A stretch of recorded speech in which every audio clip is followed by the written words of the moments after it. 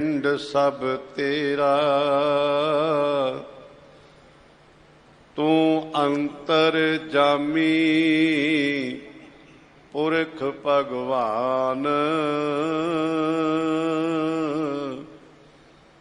दासन दास कहे जन नानक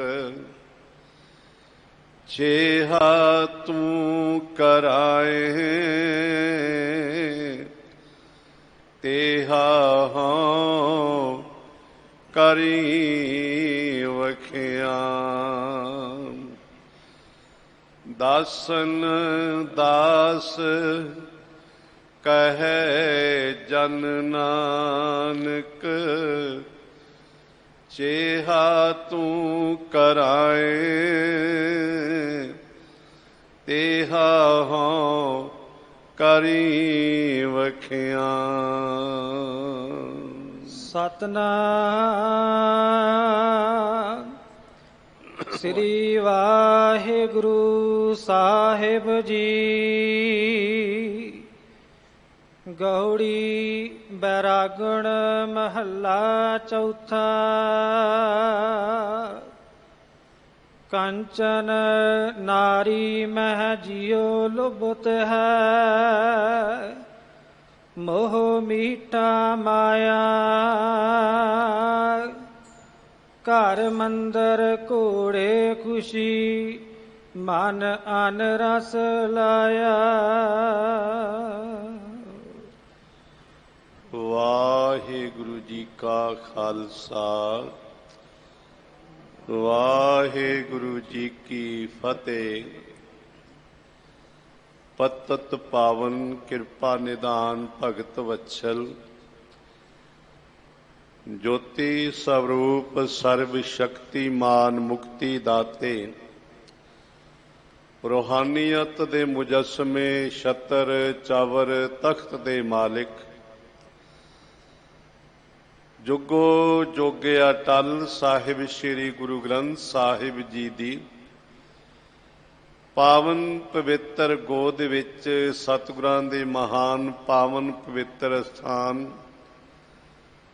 गुरुद्वारा बंगला साहिब विखे सज बैठी सतगुरां दी साजी निवाजी गुरु की सुंदर रूप स्वरूप साध संगत जी।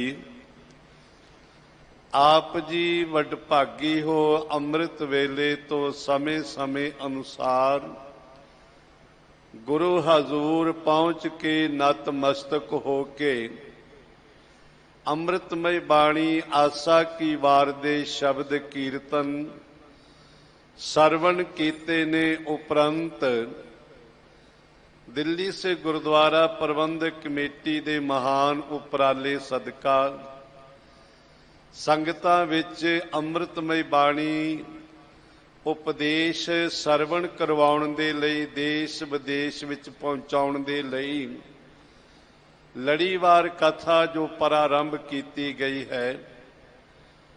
लड़ीवार कथा दे अज दे पावन पवित्र उपदेश जो साहिब जी सानू कलयुगी जीवां नू बख्शिश कर रहे ने। जीवन जाच दर्शाउण दे लई जीवन दा मकसद समझाउण दे लई उस दे मूल पाठ आप जी ने बहुत सत्कारयोग सिंह साहब ज्ञानी रणजीत सिंह जी मुख ग्रंथी गुरुद्वारा श्री बंगला साहिब जी की रसना तो सरवण कीते ने और उपरंत कुछ जरूरी बेनतियां कीतियां ने। सेवा दे परथाए ते जो साडे पंजाब दे विच अजकल हालात बड़े होए ने जो फ्लड दे पानी आके नहरां ओवरफ्लो हो के जितनियां भी फसलां मारियां ने एकड़ां दी गिणती ने कि किन्ने एकड़ फसल तबाह हो गई, किन्नियां मनुखी जानां चलियां गईयां और किन्ने क पंछी पशु इस संसार तो चले गए। ਆਪ ਜੀ ਕਈ ਵਾਰੀ YouTube ਤੇ ਦੇਖਦੇ ਹੋ, ਸੈਂਕੜਿਆਂ ਦੀ ਗਿਣਤੀ ਵਿੱਚ ਪਸ਼ੂ ਕਈਆਂ ਥਾਵਾਂ ਤੇ ਮਰੇ ਪਏ ਨੇ। ਕਿੱਲਿਆਂ ਤੇ ਬੱਧੇ ਵਧਾਏ ਪਸ਼ੂ ਮਰ ਗਏ, ਕੋਈ ਖੋਲਣ ਵਾਲਾ ਨਾ ਰਿਹਾ। ਕਿਸੇ ਨੂੰ ਇਹ ਹਿੰਮਤ ਨਾ ਪਈ, ਸਮਾਂ ਨਹੀਂ ਮਿਲਿਆ ਕਿਸੇ ਨੂੰ ਕਿ ਪਸ਼ੂ ਖੋਲ ਦਈਏ।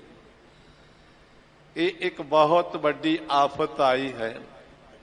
ਇਸ ਆਫਤ ਦੇ ਨਾਲ ਨਜਿੱਠਣ ਦੇ ਵਾਸਤੇ ਸਿੰਘ ਸਾਹਿਬ ਜੀ ਨੇ ਬੜੇ ਪਿਆਰ ਵਿੱਚ ਬੇਨਤੀ ਕੀਤੀ ਹੈ ਤੇ ਸਤਿਗੁਰੂ ਮਹਾਰਾਜ ਸੱਚੇ ਪਾਤਸ਼ਾਹ ਨੇ ਇਹ ਬਚਨ ਕਹੇ ਨੇ, ਗਰੀਬ ਦੇ ਮੁਖ ਗੁਰੂ ਕੀ ਗੋਲਕ ਹੈ। ਗਰੀਬ ਦਾ ਮੁਖ ਗੁਰੂ ਕੀ ਗੋਲਕ ਹੈ ਤੇ ਅੱਜ ਉਹਨਾਂ ਨੂੰ ਲੋੜ ਹੈ ਤੁਹਾਡੇ ਸਹਿਯੋਗ ਦੀ, ਉਹਨਾਂ ਨੂੰ ਲੋੜ ਹੈ ਤੁਹਾਡੀ ਸਹਾਇਤਾ ਦੀ।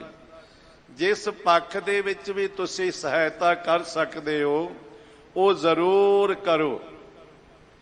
ਪਰ ਇੱਕ ਬੇਨਤੀ ਵੀ ਜ਼ਰੂਰ ਕਰਦੇ ਹਾਂ, ਧਿਆਨ ਵਿੱਚ ਰੱਖਣ ਵਾਲੀ ਗੱਲ ਹੈ। ਜਿੱਥੇ ਵੀ ਤੁਸੀਂ ਜੋ ਕੁਝ ਵੀ ਰਾਸ਼ਨ ਪਹੁੰਚਾਉਣਾ ਹੈ, ਮਾਇਆ ਪਹੁੰਚਾਉਣੀ ਹੈ, ਜਿਸ ਤਰ੍ਹਾਂ ਦੀ ਤੁਸੀਂ ਸਹਾਇਤਾ ਕਰਨੀ ਹੈ, ਉਸ ਹਲਕੇ ਦੇ ਨਾਲ ਪਹਿਲੋਂ ਸੰਪਰਕ ਜ਼ਰੂਰ ਕਰੋ। ਕਿਉਂਕਿ ਬਹੁਤ ਸਾਰੇ ਐਸੇ ਵੀ ਕੇਸ ਆ ਰਹੇ ਨੇ, ਸੰਗਤਾਂ ਲੰਗਰ ਪਕਾ ਪਕਾ ਕੇ ਲੈ ਜਾ ਰਹੀਆਂ ਨੇ, ਅੱਗੇ ਛਕਣ ਵਾਲੇ ਉਹਨਾਂ ਨੂੰ ਛਕ ਨਹੀਂ ਸਕਦੇ ਤੇ ਲੰਗਰ ਖਰਾਬ ਹੋ ਰਿਹਾ, ਲੰਗਰ ਬਾਸੀ ਹੋ ਰਿਹਾ। ਇਸ ਕਰਕੇ ਜਿਸ ਤਰ੍ਹਾਂ ਦੀ ਵੀ ਜ਼ਰੂਰਤ ਹੈ, ਕਿਉਂਕਿ ਬਹੁਤ ਸਾਰੇ ਮਕਾਨ ਢਹਿ ਗਏ ਨੇ, ਪਸ਼ੂ ਮਰ ਗਏ ਨੇ, ਫਸਲਾਂ ਮਾਰੀਆਂ ਗਈਆਂ ਨੇ, ਅੱਗੇ ਫਸਲਾਂ ਬੀਜਣ ਦਾ ਕੋਈ ਸਾਧਨ ਨਹੀਂ ਦਿਸ ਰਿਹਾ ਤੇ ਜ਼ਰੂਰੀ ਨਹੀਂ ਕਿ ਆਪਾਂ ਰਸਤਾ ਹੀ ਭੇਟਾ ਕਰਨੀਆਂ ਨੇ। ਦਿੱਲੀ ਸੇ ਗੁਰਦੁਆਰਾ ਪ੍ਰਬੰਧਕ ਕਮੇਟੀ ਨੂੰ ਸਹਿਯੋਗੀ ਬਣ ਕੇ ਵੱਧ ਤੋਂ ਵੱਧ ਮਾਇਆ ਅਰਦਾਸ ਕਰਵਾਓ ਤਾਂ ਕਿ ਉਹ ਹਲਕੇ ਵਿੱਚ ਜਾ ਕੇ ਆਪ ਜਾ ਕੇ ਉਹਨਾਂ ਦੀ ਜਿਹੜੀ ਮੁਸ਼ਕਲ ਉਹਦਾ ਹੱਲ ਕੱਢ ਸਕਣ। ਤੇ ਸਿਆਣੇ ਕਹਿੰਦੇ ਨੇ ਕਿ ਕਿਉਂਕਿ ਇੱਕ ਇੱਕ ਬੂੰਦ ਦੇ ਨਾਲ ਤਲਾਬ ਭਰ ਜਾਂਦਾ ਹੈ। ਤੁਹਾਡੀ ਕੀਤੀ ਹੋਈ ਇੱਕ ਇੱਕ ਰੁਪਈਏ ਦੀ ਸੇਵਾ ਪਤਾ ਨਹੀਂ ਕਿੰਨੇ ਪਰਿਵਾਰਾਂ ਦਾ ਭਲਾ ਕਰ ਦੇਵੇਗੀ। ਤੁਹਾਡੀ ਕਮਾਈ ਵੀ ਸਫਲੀ ਤੇ ਉਹਨਾਂ ਦਾ ਵੀ ਭਲਾ ਹੋ ਜਾਏਗਾ। ਇਹ ਜ਼ਰੂਰੀ ਬੇਨਤੀਆਂ ਕੀਤੀਆਂ ਸਿੰਘ ਸਾਹਿਬ ਜੀ ਨੇ, ਸਾਨੂੰ ਇਹਨਾਂ ਵੇਲੇ ਧਿਆਨ ਦੇਣਾ ਚਾਹੀਦਾ ਹੈ। ਆਓ ਗੁਰਦੇਵ ਪਾਤਸ਼ਾਹ ਜੀ ਅਪਾਰ ਬਖਸ਼ਿਸ਼ ਰਹਿਮਤ ਕਰਕੇ ਜੋ ਮੂਲ ਰੂਪ ਦੇ ਵਿੱਚ ਆਪ ਜੀ ਨੇ ਪਾਠ ਸਰਵਣ ਕੀਤਾ ਹੈ, ਇਹਦੇ ਅੱਖਰੀ ਵਿਚਾਰ ਕਰਨ ਦੇ ਲਈ, ਰਸਨਾ ਪਵਿੱਤਰ ਕਰਨ ਦੇ ਵਾਸਤੇ ਸਮੂਹ ਸੰਗਤ ਮਾਈ ਪਾਈ ਪੜਨ ਸੁਣਨ ਵਾਸਤੇ ਉਚਾਰਨ ਕਰੋ ਜੀ। ਸਤਨਾਮ ਸ੍ਰੀ ਵਾਹਿਗੁਰੂ ਜੀ। ਸਤਨਾਮ ਸ੍ਰੀ ਵਾਹਿਗੁਰੂ ਸਾਹਿਬ ਜੀ। ਗੌੜੀ ਬੈਰਾਗਣ ਮਹੱਲਾ ਚੌਥਾ। ਕੰਚਨ ਨਾਰੀ ਮੈਂ ਜਿਉ ਲੁਭਤ ਹੈ, ਮੋਹ ਮੀਠਾ ਮਾਇਆ। ਸਤਿਗੁਰੂ ਪਾਤਸ਼ਾਹ ਸਾਹਿਬ ਸ੍ਰੀ ਗੁਰੂ ਰਾਮਦਾਸ ਜੀ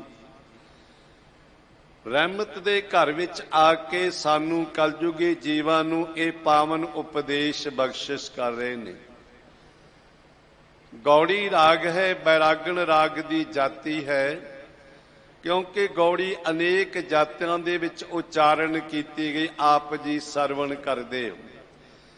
ਚੌਥੇ ਗੁਰਦੇਵ ਪਾਤਸ਼ਾਹ ਸਾਹਿਬ ਸ੍ਰੀ ਗੁਰੂ ਰਾਮਦਾਸ ਜੀ ਇਹ ਅੰਮ੍ਰਿਤ ਬਚਨ ਸਾਨੂੰ ਬਖਸ਼ਿਸ਼ ਕਰ ਰਹੇ ਨੇ। ਕੰਚਨ ਨਾਰੀ ਮੈਂ ਜਿਉ ਲੁਭਤ ਹੈ, ਮੋਹ ਮੀਠਾ ਮਾਇਆ। ਇਸ ਪਾਵਨ ਪਵਿੱਤਰ ਸ਼ਬਦ ਦੇ ਵਿੱਚ ਸਤਿਗੁਰਾਂ ਨੇ ਰਹਾਉ ਦੀਆਂ ਪੰਕਤੀਆਂ ਬਖਸ਼ਿਸ਼ ਕੀਤੀਆਂ ਨੇ। ਜੋ ਸ਼ਬਦ ਦਾ ਸਿਧਾਂਤ ਹੈ, ਸ਼ਬਦ ਦਾ ਤੱਤ ਹੈ, ਸ਼ਬਦ ਦਾ ਮੋਰਲ ਹੈ। ਗੁਰਦੇਵ ਦੇ ਪਾਕ ਪਾਵਨ ਪਵਿੱਤਰ ਚਰਨਾਂ ਵਿੱਚ ਜਗਿਆਸੂ ਇੱਕ ਬੇਨਤੀ ਕਰਦਾ ਹੈ, ਅਰਦਾਸ ਕਰਦਾ ਹੈ, ਕਿਉਂਕਿ ਜੀ ਕੀ ਬਿਰਥਾ ਹੋਏ ਸੋ ਗੁਰ ਪੈ ਅਰਦਾਸ ਕਰ, ਛੋੜ ਸਿਆਣਪ ਸਗਲ ਮਨ ਤਨ ਅਰਪ ਧਰ। ਆਪਣੀ ਸਿਆਣਪ, ਆਪਣੀ ਚਤੁਰਾਈ ਨੂੰ ਤਿਆਗ ਕੇ ਗੁਰੂ ਦੇ ਚਰਨਾਂ ਵਿੱਚ ਅਰਦਾਸ ਕਰ। ਅਰਦਾਸ ਦਾ ਮਤਲਬ ਹੁੰਦਾ ਹੈ ਕਿ ਮੇਰੇ ਮਾਲਿਕ, ਮੇਰੇ ਪ੍ਰਭੂ, ਮੈਂ ਅਸਮਰੱਥ ਹਾਂ, ਮੇਰੇ ਵਿੱਚ ਇਹ ਸਮਰੱਥਾ ਨਹੀਂ, ਮੇਰੇ ਵਿੱਚ ਇਹ ਸ਼ਕਤੀ ਨਹੀਂ ਕਿ ਮੈਂ ਆਪ ਕੁਝ ਕਰ ਸਕਾਂ।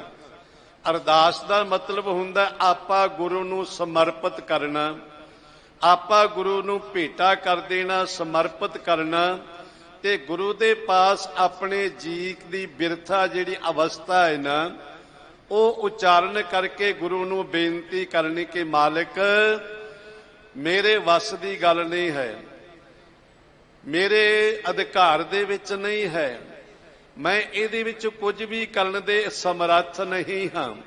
ਇਸ ਕਰਕੇ ਗੁਰਦੇਵ ਪਾਤਸ਼ਾਹ ਜੀ ਨੇ ਬਖਸ਼ਿਸ਼ ਕੀਤੀ, ਗੁਣਮੰਤਾ ਹਰ ਹਰ ਦਇਆਲ, ਕਰ ਕਿਰਪਾ ਬਖਸ਼ ਅਵਗੁਣ ਸਭ ਮੇਰੇ।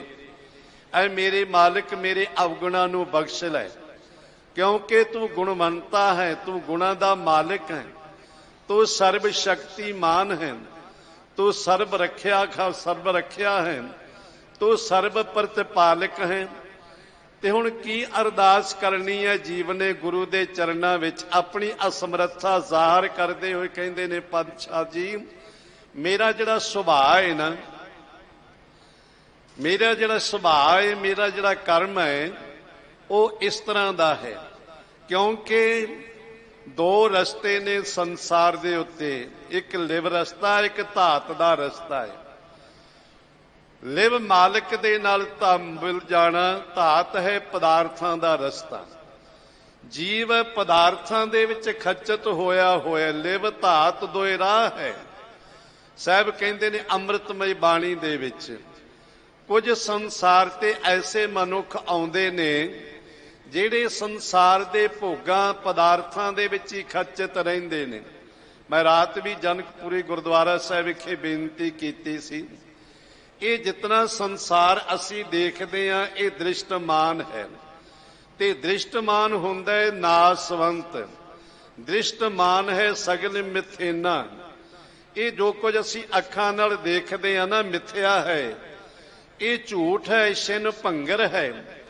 ਤੇ ਅਸੀਂ ਬਹੁਤੇ ਜੀਵ ਜਿਹੜੇ ਸੰਸਾਰ ਹਾਂ, ਉਹ ਦ੍ਰਿਸ਼ਟਮਾਨ ਸੰਸਾਰ ਦੇ ਵਿੱਚ ਖੱਚਤ ਹੋ ਕੇ ਜਿਹੜੇ ਨਾਸਵੰਤ ਪਦਾਰਥ ਨੇ, ਜਿਹੜੇ ਨਾਸਵੰਤ ਸੁਖ ਸਾਧਨ ਨੇ, ਉਹਨਾਂ ਸਾਧਨਾਂ ਨੂੰ ਜਟਾਉਣ ਵਾਸਤੇ, ਉਹਨਾਂ ਸਾਧਨਾਂ ਨੂੰ ਪ੍ਰਾਪਤ ਕਰਨ ਦੇ ਲਈ, ਉਹਨਾਂ ਭੋਗਾਂ ਨੂੰ ਭੋਗਣ ਦੇ ਵਾਸਤੇ ਹੀ ਸਾਰੀ ਜ਼ਿੰਦਗੀ ਅਸੀਂ ਬਤੀਤ ਕਰ ਦਿੰਦੇ ਹਾਂ। ਗੰਦਗੀ ਦਾ ਕੀੜਾ ਗੰਦਗੀ ਵਿੱਚ ਪੈਦਾ ਹੁੰਦਾ, ਗੰਦਗੀ ਵਿੱਚ ਹੀ ਮਰ ਜਾਂਦਾ ਹੈ। ਬਹੁਤੇ ਮਨੁੱਖ ਪਦਾਰਥਵਾਦੀ ਸੰਸਾਰ ਵਿੱਚ ਆਏ ਨੇ, ਪਦਾਰਥਵਾਦੀ ਸੰਸਾਰ ਦੇ ਵਿੱਚ ਵਿਚਰਦੇ ਹੋਏ ਪਦਾਰਥਵਾਦੀ ਸੰਸਾਰ ਦੇ ਵਿੱਚ ਹੀ ਅੰਤ ਖਤਮ ਹੋ ਜਾਂਦੇ ਨੇ। ਪਰ ਕੁਝ ਐਸੇ ਸਤ ਸੰਗੀ ਨੇ, ਜਿਵੇਂ ਗੁਰੂ ਕੀ ਸੰਗਤ ਵਿੱਚ ਆਪ ਜੀ ਸੱਜ ਬੈਠੇ ਹੋ, ਐਸੇ ਸਤ ਸੰਗੀ ਗੁਰਮੁਖ ਪਿਆਰੇ ਨੇ ਹਨ, ਤਾਂ ਉਹ ਵੀ ਦ੍ਰਿਸ਼ਟਮਾਨ ਸੰਸਾਰ ਦੇ ਵਿੱਚ ਹੀ, ਉਹਨਾਂ ਨੂੰ ਵੀ ਜੀਵਨ ਮਿਲਿਆ ਸੰਸਾਰ ਦੇ ਵਿੱਚ ਵੀ। ਪਰ ਉਹ ਸੰਸਾਰ ਦੇ ਵਿੱਚ ਰਹਿੰਦੇ ਆ, ਪਰਿਵਾਰ ਵਿੱਚ ਰਹਿੰਦੇ ਆ, ਪਦਾਰਥਾਂ ਵਿੱਚ ਰਹਿੰਦੇ ਆ, ਸੰਸਾਰ ਦੇ ਭੋਗਾਂ ਨੂੰ ਭੋਗਦਿਆਂ ਹੋਇਆਂ, ਭੋਗਾਂ ਨੂੰ ਆਪਣਾ ਭੋਗ ਨਹੀਂ ਸਮਝਿਆ। ਅਸੀਂ ਸਮਝਦੇ ਹਾਂ ਕਿ ਭੋਗ ਮੇਰੇ ਵਾਸਤੇ ਨੇ। ਵਦਾ ਵੈਰਾਗ ਸਤਕ ਦੇ ਵਿੱਚ ਬੜਾ ਪਿਆਰਾ ਬਖਸ਼ਣ ਕਿਹਾ ਹੈ, ਅਸੀਂ ਸਮਝਦੇ ਹਾਂ ਪਦਾਰਥ ਮੇਰੇ ਵਾਸਤੇ ਨੇ, ਪਰ ਉਹ ਕਹਿੰਦੇ ਉਲਟਾ ਭੋਗਨ ਭੋਗਿਆ ਮੋਹੇ। ਉਲਟਾ ਜਿਹੜੇ ਭੋਗ ਨੇ ਪਦਾਰਥ, ਇਹ ਜੀਵ ਨੂੰ ਭੋਗ ਜਾਂਦੇ ਨੇ। ਜੇ ਭੋਗਾਂ ਦੇ ਵਿੱਚ ਜਿਹੜਾ ਰਸ ਹੈ, ਭੋਗਾਂ ਦੇ ਵਿੱਚ ਜਿਹੜਾ ਆਨੰਦ ਹੈ, ਉਹ ਜਿਹੜੀ ਯੁਵਾ ਅਵਸਥਾ ਦੇ ਵਿੱਚ, ਉਹ ਬਿਰਧ ਅਵਸਥਾ ਵਿੱਚ ਨਹੀਂ ਰਹੇਗਾ। ਬਿਰਧ ਅਵਸਥਾ ਵਿੱਚ ਜੀਵ ਭੋਗ ਨੂੰ ਭੋਗ ਜੀਵ ਨੂੰ ਭੋਗ ਜਾਂਦੇ ਹਨ। ਪਰ ਉਹ ਸੰਸਾਰ ਵਿੱਚ ਰਹਿੰਦੇ ਆ, ਪਰਿਵਾਰ ਵਿੱਚ ਰਹਿੰਦੇ ਆ, ਕਾਰੋਬਾਰ ਵਿੱਚ ਰਹਿੰਦੇ ਆ, ਉਸ ਦੀ ਤਲਾਸ਼ ਦੇ ਵਿੱਚ ਨੇ, ਉਹਦੀ ਭਾਲ ਦੇ ਵਿੱਚ ਨੇ। ਕਿਸ ਦੀ? ਜਿਸ ਮਾਲਿਕ ਨੇ ਸਾਨੂੰ ਇਹ ਸਭ ਕੁਝ ਬਖਸ਼ਿਸ਼ ਕੀਤਾ ਹੈ। ਇਹ ਸਾਨੂੰ ਸਰੀਰ ਤਨ ਬਖਸ਼ਿਸ਼ ਕੀਤਾ ਹੈ, ਪਦਾਰਥ ਬਖਸ਼ਿਸ਼ ਕੀਤੇ ਨੇ, ਪਰਿਵਾਰ ਬਖਸ਼ਿਸ਼ ਕੀਤੇ ਨੇ, ਬਖਸ਼ਿਸ਼ ਕਰਨ ਵਾਲੇ ਦੀ ਭਾਲ ਵਿੱਚ ਲੱਗਿਆ ਹੋਇਆ। ਅਸੀਂ ਪਦਾਰਥਾਂ ਦੇ ਅਧੀਨ ਹਾਂ, ਪਰ ਗੁਰਮੁਖ ਪਰਿਵਾਰੇ ਉਹਦੇ ਅਧੀਨ ਨੇ ਜਿਨ੍ਹਾਂ ਪਦਾਰਥ ਬਣਾਏ ਨੇ, ਜਿਨ੍ਹਾਂ ਪਦਾਰਥਾਂ ਨੂੰ ਪੈਦਾ ਕੀਤਾ ਹੈ। ਇਸ ਪ੍ਰਕਾਰ ਸਤਿਗੁਰੂ ਕਹਿੰਦੇ ਦਾਤ ਪਿਆਰੀ ਵਿਸਰਿਆ ਦਾਤਾਰਾ। ਸਾਨੂੰ ਤੇ ਦਾਤਾਂ ਪਿਆਰੀਆਂ ਨੇ, ਦਾਤਾਰ ਵਿਸਰ ਗਿਆ। ਪਰ ਜਿਹੜੇ ਗੁਰਮੁਖ ਪਿਆਰੇ ਨੇ, ਜਿਨ੍ਹਾਂ ਨੂੰ ਅਰਦਾਸ ਕਰਨ ਦੀ ਜਾਚ ਆ ਗਈ, ਜਿਨ੍ਹਾਂ ਨੂੰ ਅਰਦਾਸ ਕਰਨ ਦਾ ਢੰਗ ਆ ਗਿਆ ਗੁਰੂ ਦੇ ਚਰਨਾਂ ਵਿੱਚ, ਉਹ ਕਹਿੰਦੇ ਪਾਤਸ਼ਾਹ ਕਿਰਪਾ ਕਰ, ਰਹਿਮਤ ਕਰ। ਕੰਚਨ ਨਾਰੀ ਮਹਿ ਜਿਉ ਲੁਭਤ ਹੈ ਮੋਹ ਮੀਠਾ ਮਾਇਆ। ਇਹ ਮੇਰੀ ਜਿਹੜੀ ਜਿੰਦ ਹੈ ਨਾ, ਇਹ ਮੇਰਾ ਜਿਹੜਾ ਜੀਵਨ ਹੈ, ਇਹ ਜੀਵਨ ਦੀ ਐਸੀ ਫਿਤਰਤ ਬਣ ਗਈ ਹੈ, ਇਹ ਜੀਵਨ ਦਾ ਐਸਾ ਸੁਭਾਅ ਬਣ ਗਿਆ ਹੈ ਕਿ ਹੈ ਮੇਰੀ ਜਿੰਦੇ, ਹੈ ਮੇਰੇ ਮਨ, ਕੰਚਨ ਨਾਰੀ ਮਹਿ ਜਿਉ ਲੁਭਤ ਹੈ। ਇਹ ਜਿਹੜਾ ਜਿਉ ਹੈ ਨਾ, ਸਾਡੀ ਜਿੰਦ ਹੈ, ਜਿਉ ਤੋਂ ਭਾਵ ਹੈ ਜਿੰਦ। ਇਹ ਸਾਡੀ ਜਿੰਦ, ਸਾਡੇ ਖਿਆਲ, ਸਾਡੇ ਵਿਚਾਰ ਜਿਹੜੇ ਨੇ ਨਾ, ਇਹ ਕੰਚਨ ਨਾਰੀ, ਨਾਰੀ ਇਸਤਰੀ, ਕੰਚਨ ਸੋਨਾ ਆਦਿਕ ਕਿਹਾ ਜਾਂਦਾ ਹੈ। ਮਾਇਆ ਅਨੇਕ ਪ੍ਰਕਾਰ ਦੇ ਰੂਪਾਂ ਦੇ ਵਿੱਚ ਆਉਂਦੀ ਹੈ। ਇਸਤਰੀ ਵੀ ਮਾਇਆ ਹੈ, ਪਦਾਰਥ ਵੀ ਮਾਇਆ ਹੈ, ਕੰਚਨ ਆਦਿਕ ਸਾਰੇ ਮਾਇਆ ਦੇ ਅਧੀਨ। ਤੇ ਸਾਡਾ ਜਿਹੜਾ ਮਨ ਹੈ ਨਾ, ਉਹ ਲੁਭਤ ਲੁਭਾਏ ਮਾਨ ਹੋ ਗਿਆ ਹੈ ਇਸਤਰੀ ਤੋਂ ਭਾਵ ਕਿ ਸੰਸਾਰ ਦੀ ਮਾਇਆ ਦੇ ਵਿੱਚ, ਸੰਸਾਰ ਦੇ ਪਦਾਰਥਾਂ ਦੇ ਵਿੱਚ। ਕੰਚਨ ਨਾਰੀ ਸਤਿਗੁਰੂ ਮਹਾਰਾਜ ਸੱਚੇ ਪਾਤਸ਼ਾਹ ਜੀਓ, ਉਹਨਾਂ ਨੇ ਬੜੇ ਪਿਆਰੇ ਸ਼ਬਦ ਅੰਮ੍ਰਿਤਮਈ ਬਾਣੀ ਵਿੱਚ ਸਾਨੂੰ ਬਖਸ਼ਿਸ਼ ਕੀਤੇ ਨੇ। ਸਾਹਿਬ ਸ੍ਰੀ ਗੁਰੂ ਤੇਗ ਬਹਾਦਰ ਸਾਹਿਬ ਜੀ, ਉਹਨਾਂ ਨੇ ਬੜੇ ਪਿਆਰ ਵਿੱਚ ਆ ਕੇ ਸਾਨੂੰ ਬਖਸ਼ਿਸ਼ ਕੀਤੀ। ਕਹਿੰਦੇ ਨੇ ਕਹੋ ਕਹਾਂ ਆਪਣੀ ਅਦਮਾਈ। ਐ ਮੇਰੇ ਮਾਲਕ, ਮੈਂ ਆਪਣੀ ਨੀਚਤਾਈ, ਅਦਮਾਈ ਤੋਂ ਭਾਵਨਾ ਨੀਚਤਾਈ, ਆਪਣੀ ਢੀਠ ਵਾਲੀ ਬਿਰਤੀ, ਆਪਣੀ ਅਦਮਾਈ ਮੈਂ ਕਹੋ ਕਾਂ ਆਪਣੀ ਅਦਮਾਈ। ਉਰਜਰਿਓ ਕਨਕ ਕਾਮਨੀ ਕੇ ਰਸ ਨੈ ਕੀਰਤ ਪ੍ਰਭ ਗਾਈ।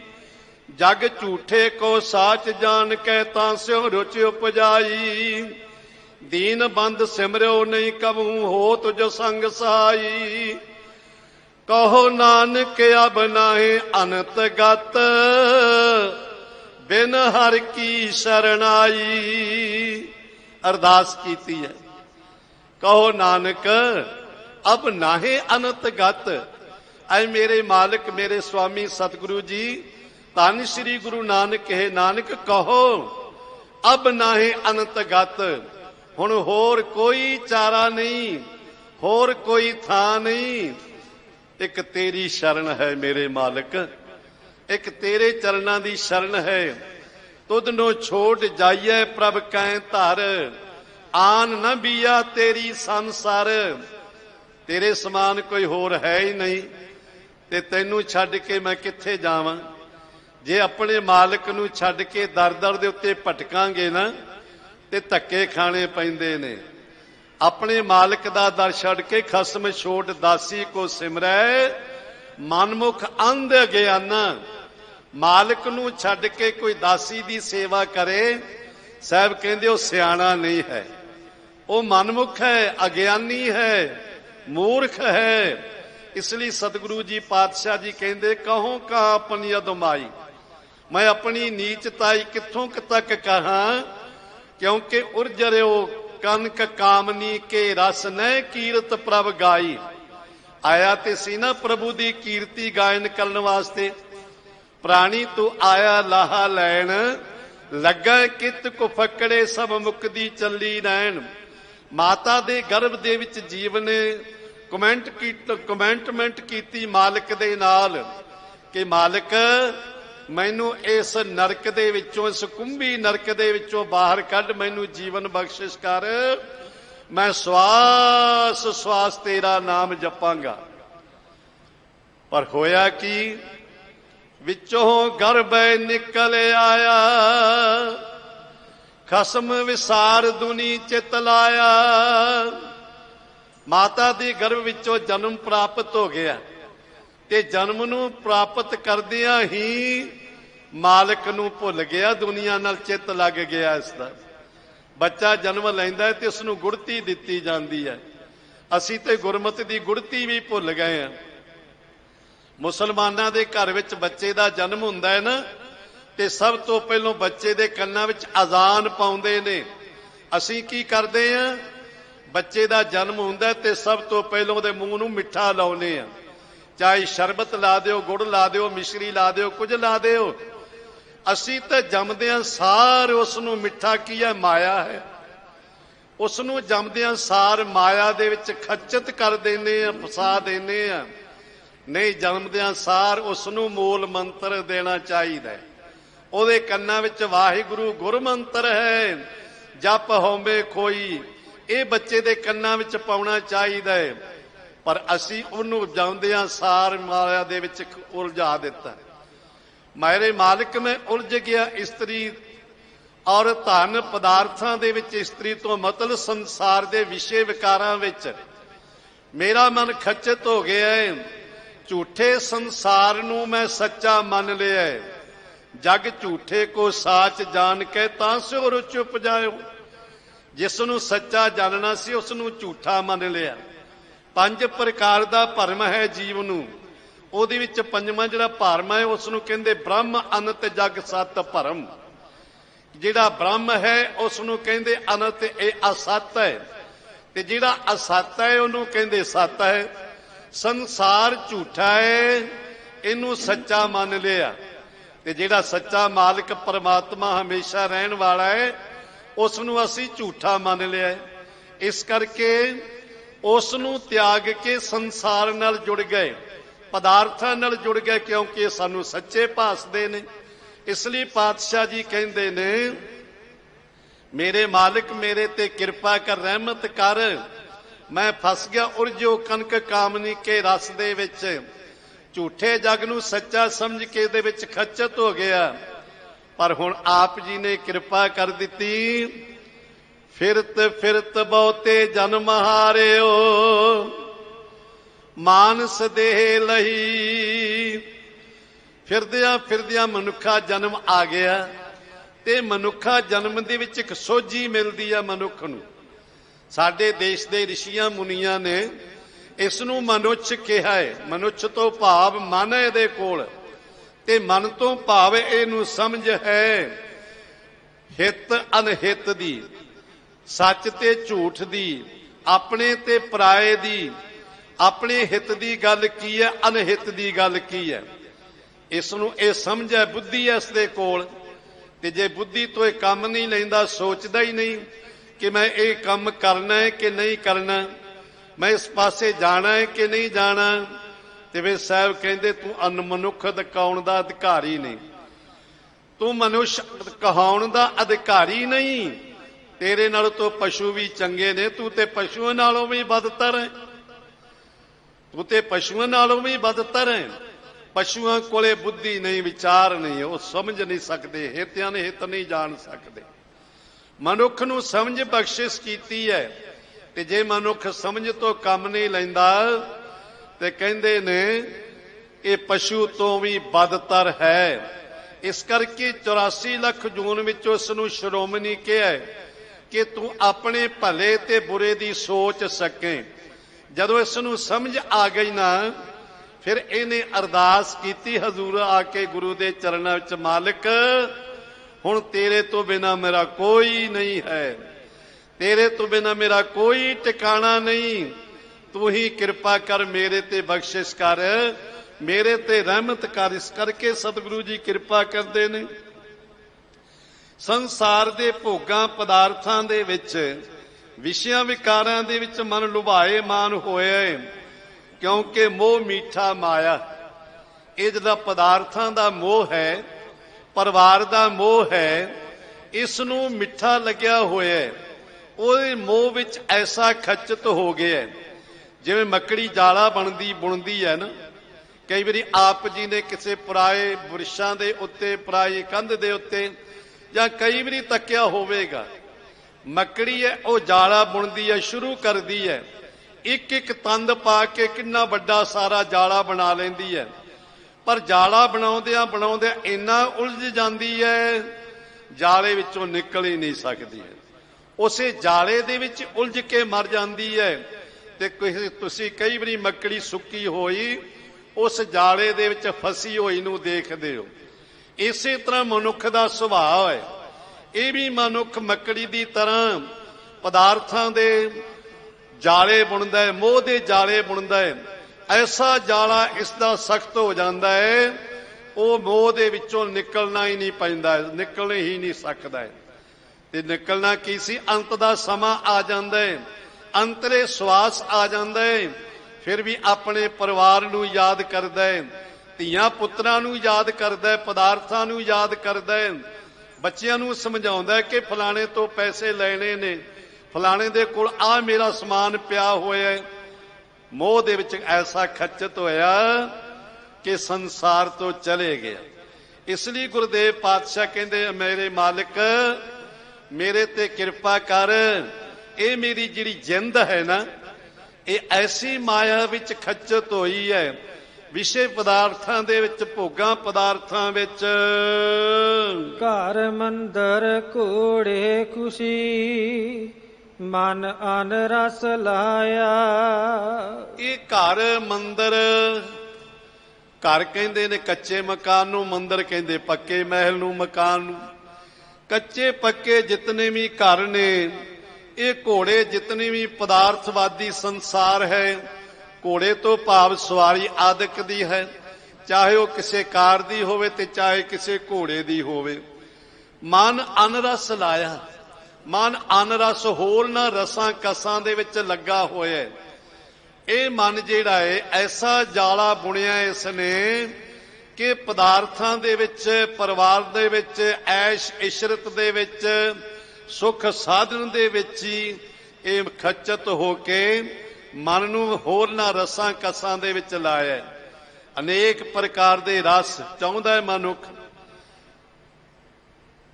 ਖੱਟ ਰਸ ਭੋਗ ਚਾਹੁੰਦਾ ਹੈ, 36 ਪ੍ਰਕਾਰ ਦੇ ਭੋਗ ਚਾਹੁੰਦਾ ਹੈ। ਠੀਕ ਹੈ, ਭੋਗਾਂ ਨੂੰ ਭੋਗਣਾ ਚਾਹੀਦਾ, 36 ਪ੍ਰਕਾਰ ਦੇ ਭੋਜਨ ਚਾਹੀਦੇ ਨੇ, ਠੀਕ ਹੈ। ਜਿਨ੍ਹਾਂ ਨੂੰ ਮਾਲਕ ਨੇ ਬਖਸ਼ਿਸ਼ ਕੀਤੇ ਨੇ ਉਹ ਛਕਣ, ਪਰ ਇੱਕ ਗੱਲ ਦਾ ਖਿਆਲ ਰੱਖਣ, ਜੇ ਪ੍ਰਸਾਦ ਛਤੀ ਅੰਮ੍ਰਿਤ ਖਾਏ, ਤਿਸ ਠਾਕੁਰ ਕਉ ਰਖ ਮਨ ਮਾਹੇ। ਛਕਣ ਤੋਂ ਪਹਿਲਾਂ ਅਰਦਾਸ ਜ਼ਰੂਰ ਕਰ ਲਿਆ ਕਰ, ਮੇਰੇ ਮਾਲਕ ਇਹ ਪਦਾਰਥ ਤੁਸੀਂ ਬਖਸ਼ਿਸ਼ ਕੀਤੇ ਨੇ, ਤੁਹਾਡੇ ਬਖਸ਼ਿਸ਼ ਕੀਤੇ ਪਦਾਰਥ ਮੈਨੂੰ ਛਕਣ ਦੀ ਆਗਿਆ ਬਖਸ਼ਿਸ਼ ਕਰੋ। ਇਸੇ ਕਰਕੇ ਨਾ ਗੁਰਸਿੱਖ ਵਾਸਤੇ ਅਰਦਾਸ ਜ਼ਰੂਰੀ ਹੈ। ਪ੍ਰਸ਼ਾਦਾ ਛਕਣ ਤੋਂ ਪਹਿਲਾਂ ਵੀ ਅਰਦਾਸ ਕਰਨੀ ਹੈ, ਪ੍ਰਸ਼ਾਦਾ ਛਕਣ ਤੋਂ ਬਾਅਦ ਵੀ ਅਰਦਾਸ ਕਰਨੀ ਹੈ। ਛਕਣ ਤੋਂ ਪਹਿਲਾਂ ਪਾਤਸ਼ਾਹ ਪਦਾਰਥ ਤੁਸੀਂ ਬਖਸ਼ਿਸ਼ ਕੀਤੇ ਨੇ, ਤੇ ਛਕਣ ਤੋਂ ਬਾਅਦ ਤੇਰਾ ਸ਼ੁਕਰਾਨਾ ਹੈ, ਤੇਰੀਆਂ ਦਾਤਾਂ ਨੇ, ਤੁਸੀਂ ਇਹ ਭੋਗ ਪਦਾਰਥ ਸਾਨੂੰ ਸਾਰੇ ਬਖਸ਼ਿਸ਼ ਕਰ ਦਿੱਤੇ ਨੇ।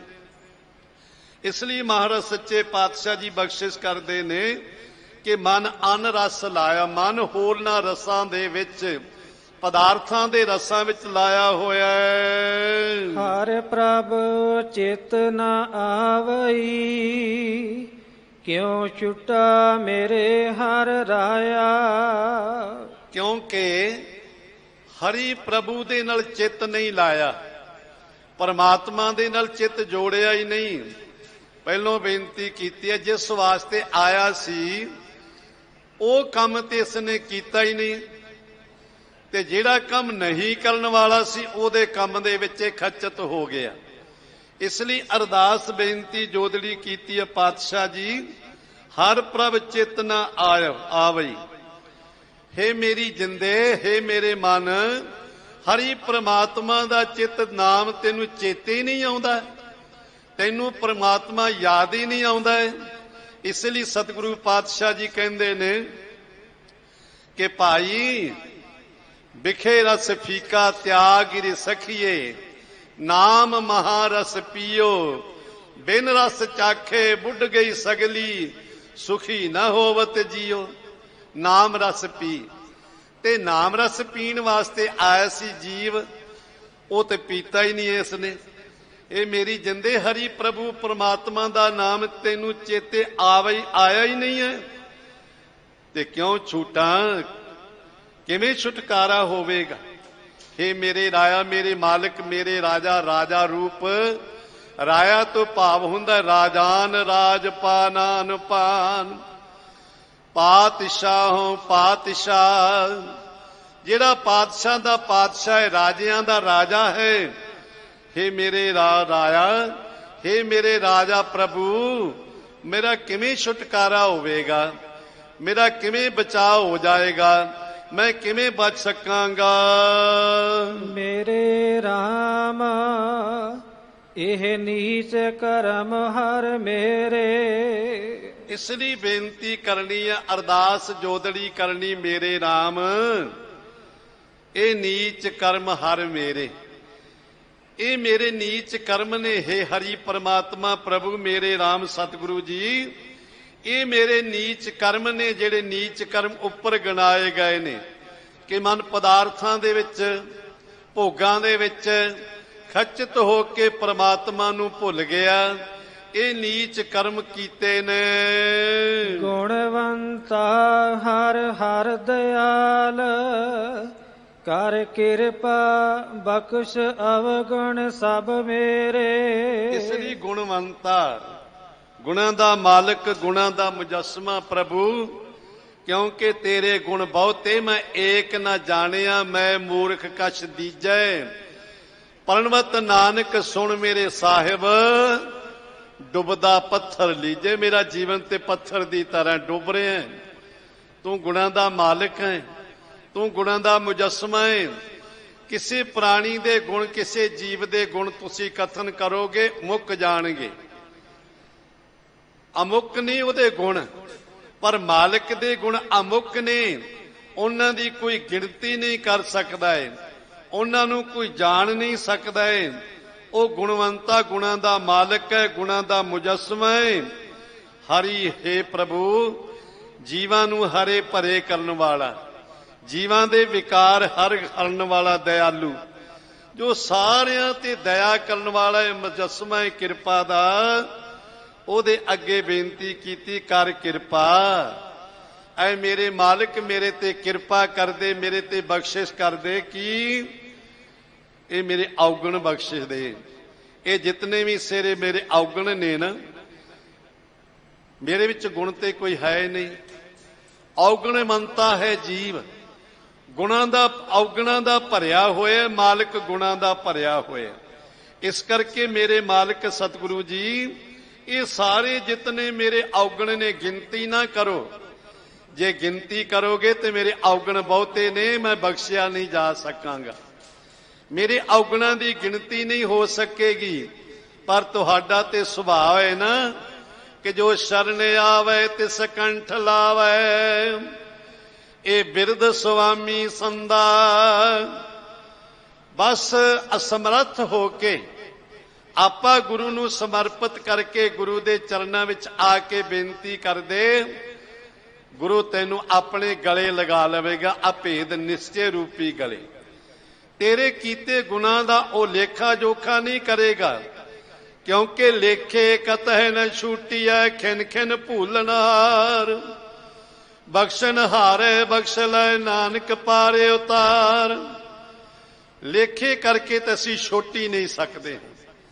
ਗੁਣਾਂ ਦੀ ਅਸੀਂ ਜੇਕਰ ਕਿਤੇ ਕੋਈ ਗਿਣਤੀ ਕਰਾਂਗੇ ਤੇ ਸਾਡੇ ਗੁਣਾਂ ਦੀ ਗਿਣਤੀ ਨਹੀਂ ਹੋਣੀ। ਐਨੇ ਸਾਡੇ ਔਗਣ ਨੇ ਤੇ ਮਾਲਕ ਤੂੰ ਤੇ ਸਮਰੱਥ ਹੈ।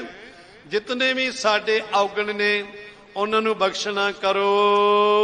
ਰਹਾਉ ਕਿਛ ਰੂਪ ਨਹੀਂ, ਕਿਛ ਜਾਤ ਨਹੀਂ, ਕਿਛ ਢੰਗ ਨਾ ਮੇਰਾ। ਕਿਉਂਕਿ ਕਿਛ ਰੂਪ ਨਹੀਂ, ਕਿਛ ਜਾਤ ਨਹੀਂ। ਨਾ ਤੇ ਮੇਰਾ ਕੋਈ ਸੁੰਦਰ ਸਰੂਪ ਹੈ, ਨਾ ਕੋਈ ਮੇਰੀ ਉੱਚੀ ਜਾਤ ਹੈ। ਇਹਦਾ ਇਹ ਭਾਵ ਨਹੀਂ ਕਿ ਉੱਚੀ ਜਾਤ ਵਾਲੇ ਬਖਸ਼ਿਸ਼ ਕੀਤੇ ਜਾਂਦੇ ਨੇ ਜਾਂ ਸੁੰਦਰ ਸਰੂਪ ਵਾਲੇ ਬਖਸ਼ਿਸ਼ ਕੀਤੇ ਜਾਂਦੇ ਨੇ।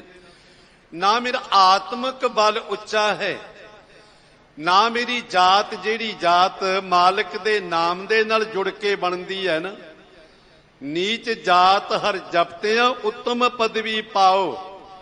ਇਹ ਤੇ ਮਾਲਕ ਦੇ ਨਾਮ ਦੇ ਨਾਲ ਸਾਡੀ ਜਾਣ ਪਹਿਚਾਣ ਬਣਦੀ ਹੈ। ਨੀਵੀਂ ਜਾਤ ਵਾਲਿਆਂ ਨੇ ਜਪ ਕੇ ਉੱਤਮ ਪਦਵੀ ਪ੍ਰਾਪਤ ਕਰ ਲਈ ਤੇ ਉੱਚੀਆਂ ਜਾਤਾਂ ਵਾਲੇ ਨੀਵੇਂ ਬਣ ਗਏ ਮਾਲਕ ਦੀ ਦਰਗਾਹ ਦੇ ਵਿੱਚ। ਕਿਉਂ ਅੱਗੇ ਜਾਤ ਨਾ ਜੋਰ ਹੈ ਅੱਗੇ ਜਿਉ ਨਵੇਂ, ਜਿਨ ਕੀ ਲੇਖੇ ਪਤ ਪਵੇ ਚੰਗੇ ਸੇਈ ਕੇ। ਅੱਗੇ ਨਾ ਜਾਤ ਚੱਲਣੀ ਹੈ ਨਾ ਜੋਰ ਚੱਲਣਾ ਹੈ। ਅੱਗੇ ਤੇ ਮਾਲਕ ਦੀ ਦਰਗਾਹ ਵਿੱਚ ਉਹੀ ਪ੍ਰਵਾਨ ਹੋਣੇ ਨੇ ਜਿਨ੍ਹਾਂ ਦੇ ਮਸਤਕ ਦੇ ਉੱਤੇ ਮਾਲਕ ਨੇ ਨਿਸ਼ਾਨ ਪਾ ਦਿੱਤਾ। ਉਹਨਾਂ ਨੂੰ ਫਿਰ ਰੇ ਰੇ ਦਰਗਾਹ ਕਹੈ ਨਾ ਕੋ, ਆਓ ਬੈਠ ਆਦਰ ਸ਼ੁਭ ਦੇਉ। ਉਹਨਾਂ ਨੂੰ ਸ਼ੁਭ ਆਦਰ ਮਿਲਣਾ ਹੈ ਜਿਨ੍ਹਾਂ ਨੇ ਦੁਨੀਆ ਵਿੱਚ ਆ ਕੇ ਸੰਸਾਰ ਦੇ ਵਿੱਚ ਆ ਕੇ ਜਪਿਆ ਸਤਨਾਮ ਵਾਹਿਗੁਰੂ, ਜਿਨ੍ਹਾਂ ਨੇ ਪਰਮੇਸ਼ਰ ਦਾ ਨਾਮ ਜਪਿਆ। ਇਸ ਲਈ ਮਾਲਕ ਮੇਰੇ ਕੋਲ ਤੇ ਕੁਝ ਵੀ ਨਹੀਂ, ਰੂਪ ਨਹੀਂ, ਜਾਤ ਨਹੀਂ ਤੇ ਨਾ ਹੀ ਕੁਛ ਢੰਗ ਹੈ ਮੇਰੇ ਕੋਲ, ਨਾ ਮੇਰੇ ਕੋਲ ਕੋਈ ਵਿਧੀ ਹੈ ਨਾ ਤਰੀਕਾ ਹੈ ਕਿ ਮੈਂ ਕਿਸ ਢੰਗ ਦੇ ਨਾਲ ਤੈਨੂੰ ਪ੍ਰਸੰਨਤਾ ਵਿੱਚ ਲਿਆਉਣਾ ਹੈ, ਕਿਸ ਪ੍ਰਕਾਰ ਮੈਂ ਉੱਚੀ ਜਾਤ ਦੇ ਭਾਵ ਉੱਚੇ ਸੁਭਾਵ ਕਰਕੇ ਤੇਰੇ ਨਾਲ ਜੁੜਨਾ ਹੈ। ਨਾ ਕਿ ਮੈਂ ਆਪਣੀ ਜਾਤ ਜਿਹੜੀ ਇਸ ਨੂੰ ਸ੍ਰੇਸ਼ਟ ਬਣਾਈ ਹੈ। ਮੇਰੇ ਕੋਲ ਤਾਂ ਕੁਝ ਵੀ ਨਹੀਂ ਹੈ ਕਿ ਮੈਂ ਆਪ ਜੀ ਦੇ ਚਰਨਾਂ ਵਿੱਚ ਆ ਕੇ ਜੁੜ ਸਕਾਂਗਾ। ਮੇਰੇ ਕੋਲ ਕੁਛ ਵੀ ਨਹੀਂ। ਕਿਆ ਮੋਹ ਲੈ ਬੋਲੇ ਗੁਣ ਬਿਹੂਨਾ, ਨਾਮ ਜਪਿਆ ਨਾ ਤੇਰਾ। ਮੈਂ ਕਿਹੜਾ ਮੂੰਹ ਲੈ ਕੇ ਤੇਰੇ ਸਾਹਮਣੇ ਆ ਕੇ ਬੋਲਾਂ ਕਿ ਮੈਨੂੰ ਬਖਸ਼ ਲਓ, ਮੇਰੇ ਤੇ ਕਿਰਪਾ ਕਰੋ, ਕਿਉਂਕਿ ਮੈਂ ਤੇਰੇ ਨਾਲ ਵਾਅਦਾ ਕੀਤਾ ਸੀ ਕਿ ਸੰਸਾਰ ਤੇ ਆ ਕੇ ਨਾਮ ਜਪਾਂਗਾ, ਪਰ ਨਾਮ ਜਪਿਆ ਨਾ ਤੇਰਾ। ਕਿਆ ਮੋਹ ਲੈ ਬੋਲੇ ਗੁਣ ਵਿਹੂਣ, ਗੁਣਾ ਤੋਂ ਵਿਹੂਣਾ। ਮੇਰੇ ਕੋਲ ਕੁਝ ਵੀ ਗੁਣ ਨਹੀਂ ਹੈ, ਰੂਪ ਨਾ ਜਾਤ ਨਾ ਕੁਛ ਵੀ ਨਹੀਂ। ਮੈਂ ਗੁਣਾ ਤੋਂ ਰਹਿਤ ਹਾਂ, ਕਿਹੜਾ ਮੂੰਹ ਲੈ ਕੇ ਤੇਰੇ ਸਾਹਮਣੇ ਬੋਲਾਂ, ਕਿਉਂਕਿ ਮੈਂ ਤੇਰਾ ਨਾਮ ਹੀ ਨਹੀਂ ਜਪਿਆ। ਨਾਮ ਜਪਣ ਕਰਕੇ ਰੂਪ ਬਣਨਾ ਸੀ, ਨਾਮ ਜਪਣ ਕਰਕੇ ਉੱਚੀ ਜਾਤ ਬਣਨੀ ਸੀ, ਨਾਮ ਜਪ ਕੇ ਮੈਨੂੰ ਢੰਗ ਆਉਣਾ ਸੀ, ਪਰ ਉਹ ਤਾਂ ਨਾਮ ਜਪਿਆ ਹੀ ਨਹੀਂ। ਹਮ ਪਾਪੀ ਸੰਗ ਗੁਰ ਉਬਰੇ, ਬੁਨ ਸਤਿਗੁਰ ਕੇਰਾ। ਸਤਿਗੁਰੂ ਜੀ, ਹਮ ਪਾਪੀ, ਅਸੀਂ ਪਾਪੀ ਹਾਂ, ਸੰਗ ਗੁਰ ਉਬਰੇ। ਪਰ ਇੱਕ ਮੈਨੂੰ ਵਿਸ਼ਵਾਸ ਹੈ, ਇੱਕ ਮੈਨੂੰ ਭਰੋਸਾ ਹੈ, ਤੁਹਾਡਾ ਬਿਰਦ ਹੈ ਪਤਤ ਪਾਵਨ, ਪਾਪੀਆਂ ਨੂੰ ਪਵਿੱਤਰ ਕਰਨ ਵਾਲਾ ਤੁਹਾਡਾ ਬਿਰਦ ਹੈ। ਕਿਉਂਕਿ ਜੋ ਪੈ ਹਮ ਨਾ ਪਾਪ ਕਰੰਤਾ ਆਹ ਅਨੰਤਾ, ਤਾਂ ਪਤਤ ਪਾਵਨ ਕੈਸੇ ਹੁੰਤਾ। ਆਪ ਫਿਰ ਪਾਪੀਆਂ ਨੂੰ ਪਵਿੱਤਰ ਕਰਨ ਵਾਲੇ ਕਿਵੇਂ ਹੁੰਦੇ ਜੇ ਅਸੀਂ ਪਾਪ ਹੀ ਨਾ ਕਰਦੇ। ਅਸੀਂ ਪਾਪ ਕਰਦੇ ਹਾਂ, ਤੁਸੀਂ ਤਾਂ ਹੀ ਪਤਤ ਪਾਵਨ ਹੋ। ਇਸ ਲਈ ਪਾਤਸ਼ਾਹ ਜੀ, ਹਮ ਪਾਪੀ, ਅਸੀਂ ਪਾਪੀ ਹਾਂ, ਪਰ ਤੁਹਾਡਾ ਸੰਗ ਪ੍ਰਾਪਤ ਹੋ ਗਿਆ, ਤੁਹਾਡੀ ਸ਼ਰਨ ਪ੍ਰਾਪਤ ਹੋ ਗਈ, ਤੁਹਾਡੀ ਗੋਦ ਪ੍ਰਾਪਤ ਹੋ ਗਈ। ਇਸ ਕਰਕੇ ਉਭਰੇ, ਅਸੀਂ ਉਭਰੇ ਸੰਸਾਰ ਤੋਂ, ਆਪਣੇ ਆਪ ਨੂੰ ਉਭਾਰ ਲਿਆ, ਸੰਸਾਰ ਤੋਂ ਆਪਣੇ ਆਪ ਨੂੰ ਪਾਰ ਕਰ ਲਿਆ। ਸੰਸਾਰ ਸਮੁੰਦਰ ਤੋਂ ਅਸੀਂ ਪੁੰਨ ਬਚ ਗਏ ਹਾਂ। ਕਿਉਂ ਬਚੇ ਜੀ? ਪੁੰਨ ਸਤਿਗੁਰ ਕੇਰਾ। ਇਹ ਸਤਿਗੁਰਾਂ ਦਾ ਪੁੰਨ ਹੋਇਆ ਹੈ। ਇਹ ਸਤਿਗੁਰਾਂ ਨੇ ਕਿਰਪਾ ਕਰਕੇ ਸਾਡੇ ਪੁੰਨ ਤੇ ਪਾਪ ਦੀ ਵਿਚਾਰ ਨਹੀਂ ਕੀਤੀ, ਆਪਣੇ ਸੁਭਾਅ ਕਰਕੇ ਸਾਨੂੰ ਉਭਾਰ ਲਿਆ ਹੈ, ਸਾਨੂੰ ਬਚਾ ਲਿਆ ਹੈ। ਸਭ ਜੀਉ ਪਿੰਡ ਮੁਖ ਨਕ ਦਿਆ, ਵਰਤਨ ਕੋ ਪਾਣੀ। ਸਾਹਿਬ ਜੀ, ਆਪਨੇ ਕਿੱਡੀ ਵੱਡੀ ਬਖਸ਼ਿਸ਼ ਕਰ ਦਿੱਤੀ। ਇਹ ਜੀਉ ਪਿੰਡ, ਪਿੰਡ ਸ਼ਰੀਰ ਦਿੱਤਾ, ਜੀਵ ਆਤਮਾ ਜਿੰਦ ਦਿੱਤੀ, ਸਭ ਆਪ ਜੀ ਨੇ ਬਖਸ਼ਿਸ਼ ਕੀਤੀ ਹੈ। ਮੁਖ ਨਕ ਦੀਆ ਵਰਤਨ ਕੋ ਪਾਣੀ। ਮੁਖ ਛਕਣ ਵਾਸਤੇ ਦਿੱਤਾ ਹੈ, ਨਾਸਕਾ ਸੁਗੰਧੀ ਲੈਣ ਵਾਸਤੇ ਦਿੱਤੀਆਂ ਨੇ, ਤੇ ਵਰਤਨ ਵਾਸਤੇ ਵਲਦੇਵੇਂ ਵਾਸਤੇ ਆਪਨੇ ਕਿੰਨੀ ਬੇਕੀਮਤੀ ਵਸਤੂ ਸਾਨੂੰ ਪਾਣੀ ਬਖਸ਼ਿਸ਼ ਕੀਤਾ ਹੈ। ਪਹਿਲਾ ਪਾਣੀ ਜਿਉ ਹੈ ਜਿਤ ਹਰਿਆ ਸਭ ਕੋਏ। ਬੜੇ ਪਿਆਰੇ ਬਚਨ ਕਹੇ ਨੇ ਸਤਿਗੁਰਾਂ ਨੇ, ਸਮਾਂ ਇਜਾਜ਼ਤ ਨਹੀਂ ਦੇ ਰਿਹਾ। ਜਿਨ ਦੀਆ ਤਿਨ ਤੋ ਤੁਧ ਪਵਨ ਅਮੋਲਾ, ਜਿਨ ਦੀਆ ਤੁਧ ਨੀਰ ਨਿਰਮੋਲਾ। ਜਿਸ ਨੇ ਤੈਨੂੰ ਨਿਰਮੋਲ ਨੀਰ ਕਹਿੰਦੇ ਜਲ ਨੂੰ, ਪਾਣੀ ਨੂੰ, ਜਿਨੇ ਤੈਨੂੰ ਪਵਨ ਬਖਸ਼ਿਸ਼ ਕੀਤੀ, ਜਿਨੇ ਤੈਨੂੰ ਪਾਣੀ ਬਖਸ਼ਿਸ਼ ਕੀਤਾ, ਜਿਨੇ ਤੈਨੂੰ ਨੱਕ ਬਖਸ਼ਿਸ਼ ਕੀਤਾ, ਭਾਵ ਜਿਨੇ ਤੈਨੂੰ ਮੁਖ ਬਖਸ਼ਿਸ਼ ਕੀਤਾ। ਇਹ ਸਾਰੀਆਂ ਨਿਆਮਤਾਂ ਤੇਰੀਆਂ ਨੇ। ਇਹ ਨਿਆਮਤਾਂ ਕਿਸੇ ਕੀਮਤ ਤੇ ਨਹੀਂ ਖਰੀਦੀਆਂ ਜਾ ਸਕਦੀਆਂ, ਕਿਸੇ ਕੀਮਤ ਦੇ ਉੱਤੇ ਨਹੀਂ ਲਾਈਆਂ ਜਾ ਸਕਦੀਆਂ। ਵੇਖੋ ਹੜ੍ਹਾਂ ਦਾ ਪਾਣੀ ਚਾਰ ਚ ਫੇਰੇ ਫਿਰ ਰਿਹਾ, ਪਰ ਉਹ ਪੀਣ ਯੋਗ ਨਹੀਂ ਹੈ। ਪੀਣ ਵਾਸਤੇ ਪਾਣੀ ਸੰਗਤਾਂ ਮੁਹੱਈਆ ਕਰਵਾ ਰਹੀਆਂ ਨੇ, ਉਹਦੀ ਦਾਤ ਹੈ, ਵੱਡੀ ਬਖਸ਼ਿਸ਼ ਹੈ।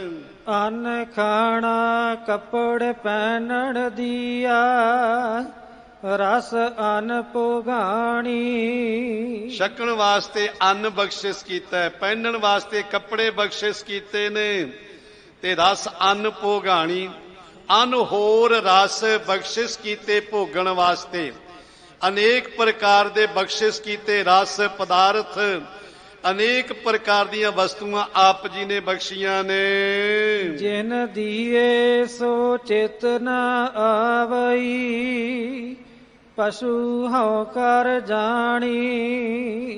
ਇਸ ਲਈ ਸਾਹਿਬ ਕਹਿੰਦੇ ਸਗਲੇ ਛੋੜ ਵਿਚਾਰ ਮਨਾ। ਐ ਮਨ ਆਪਣੇ ਵਿਚਾਰ ਤਿਆਗ ਦੇ। ਉਹ ਵਿਚਾਰ ਜਿਹੜੇ ਤੈਨੂੰ ਮਾਲਕ ਤੋਂ ਦੂਰ ਲਿਜਾਂਦੇ ਛੱਡ ਦੇ।